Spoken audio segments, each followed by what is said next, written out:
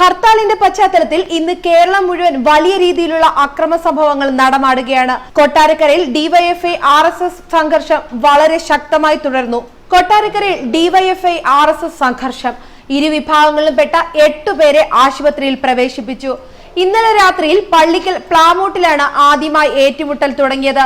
സംഘർഷത്തിൽ DYFI Plamoodu unit president Nahas, unit secretary Luksman, unit vice president Ajmal എന്നിവരെ RSS പ്രവർത്തകർ മർദ്ദിച്ചു. അജ്മലിന്റെ കൈയൊടിഞ്ഞു.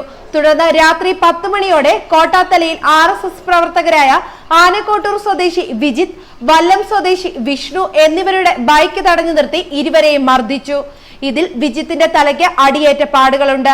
ഇവരെ തിരക്കി താലൂക്ക് ആശുപത്രിയിലെത്തിയ അഖിൽ ചാലുക്കോണം, അനീഷ് ചാലുക്കോളം, ആനന്ദൻ കാക്കക്കോട്ടൂർ എന്നിവരെ ഡിവൈഎഫ്ഐ പ്രവർത്തകർ മർദ്ദിച്ചു.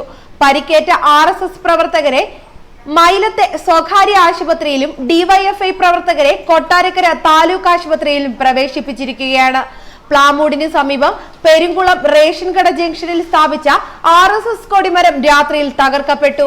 ഇതിന്റെ തുടർച്ചയായി CPI യുടെയും കോൺഗ്രസിന്റെയും കൊടിമരം ഉച്ചയോടെ തകർത്തു. ന്യൂസ് ഡെസ്ക് മലയാളി വാർത്ത.